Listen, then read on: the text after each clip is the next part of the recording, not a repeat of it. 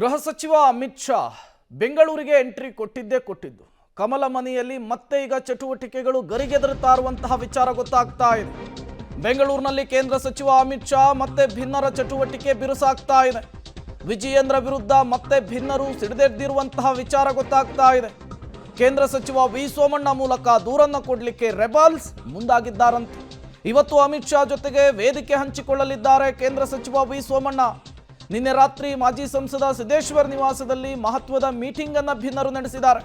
ದೆಹಲಿ ಪರೇಡ್ಗೂ ಆಲೋಚನೆಯನ್ನು ನಡೆಸಿದ್ದಾರೆ ಭಿನ್ನರು ಅನ್ನೋದು ಗೊತ್ತಾಗ್ತಿದೆ. ಇದೇ ತಿಂಗಳ 23-24ರಂದು ದೆಹಲಿಗೆ ಹೋಗಿ ವರಿಷ್ಠರನ್ನ ಭೇಟಿ ಮಾಡಿ ಬಿಜೆಪಿಯ ರಾಜ್ಯಾಧ್ಯಕ್ಷ BY ವಿಜಯೇಂದ್ರ ವಿರುದ್ಧ ದೂರನ್ನು ಕೊಡಲಿಕ್ಕೆ ನಿರ್ಧರಿಸಿರುವಂತಹ ವಿಚಾರ ಕೂಡ ಗೊತ್ತಾಗ್ತಾ ಇದೆ. ನಿನ್ನೆ ಇದೇ ವಿಚಾರಕ್ಕೆ ಸಂಬಂಧಪಟ್ಟಂತೆ ಸಿದ್ದೇಶ್ವರ್ ನಿವಾಸದಲ್ಲಿ ಮಹತ್ವದ ಸಭೆ ಕೂಡ ನಡೆದಿದೆ.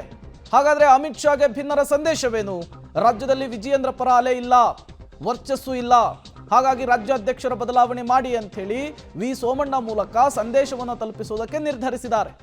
ತಂದೆಯ ಇಮೇಜ್ ಆಧಾರದಲ್ಲಿ ಎಲ್ಲವನ್ನೂ ಕೂಡ ಮಾಡಬಹುದು ಎಂಬ ಅತಿಯಾದ ವಿಶ್ವಾಸ BY ವಿಜಯೇಂದ್ರ ಅವರಿಗಿದೆ.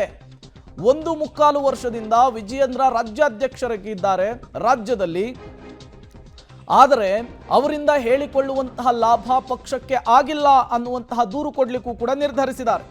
ಸರ್ಕಾರದ ವಿರುದ್ಧ ಸಮರ್ಥವಾಗಿ ಹೋರಾಟವನ್ನು ರೂಪಿಸುವಲ್ಲೂ ಕೂಡ ವಿಜಯೇಂದ್ರ ವಿಫಲರಾಗಿದ್ದಾರೆ. ಕೆಲ ಆಡಳಿತದ ಪಕ್ಷದವರ ಜೊತೆಗೆ ಅಡ್ಜಸ್ಟ್ಮೆಂಟ್ ಮಾಡಿಕೊಂಡಿದ್ದಾರೆ ಎನ್ನುವಂತಹ ಆರೋಪವನ್ನು ಕೂಡ ವರಿಷ್ಠರ ಮುಂದಿಡುವುದಕ್ಕೆ ನಿರ್ಧರಿಸಿದ್ದಾರೆ.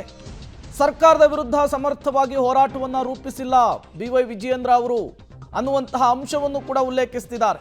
ಕೆಲ ಆಡಳಿತ ಪಕ್ಷದವರ ಜೊತೆಗೆ ಅಡ್ಜಸ್ಟ್ಮೆಂಟ್ ಹೊಂದಾಣಿಕೆಯನ್ನು ಮಾಡಿಕೊಂಡಿರುವಂತಹ ಆರೋಪ ಕೂಡ ವಿಜಯೇಂದ್ರ ಮೇಲಿದೆ.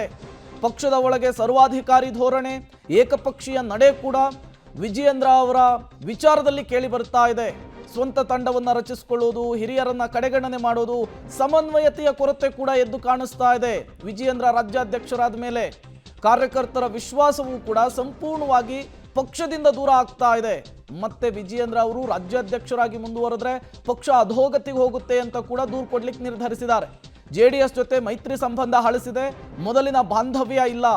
ಹಾಗಾಗಿ ಬಿಜೆಪಿ ರಾಜ್ಯಾಧ್ಯಕ್ಷರ ಬದಲಾವಣೆ ಆಗಬೇಕು, ವಿಜಯೇಂದ್ರ ಅವರನ್ನ ಮುಂದುವರಿಸುವುದು ಪಕ್ಷದಲ್ಲಿ ಬಹುತೇಕರಿಗೆ ಒಪ್ಪಿಗೆ ಇಲ್ಲ ಅಂಥೇಳಿ ವಿ ಸೋಮಣ್ಣ ಮೂಲಕ ಅಮಿತ್ ಶಾ ಅವರ ಗಮನಕ್ಕೆ ತರುವುದಕ್ಕೆ ರೆಬಲ್ಸ್ ನಿರ್ಧಾರವನ್ನು ಮಾಡಿಕೊಂಡಿದ್ದಾರೆ. ಇದು ಯಾವ ರೂಪವನ್ನು ಪಡೆದುಕೊಳ್ಳುತ್ತೆ ಅನ್ನೋದನ್ನು ಕಾದು ನೋಡಬೇಕು.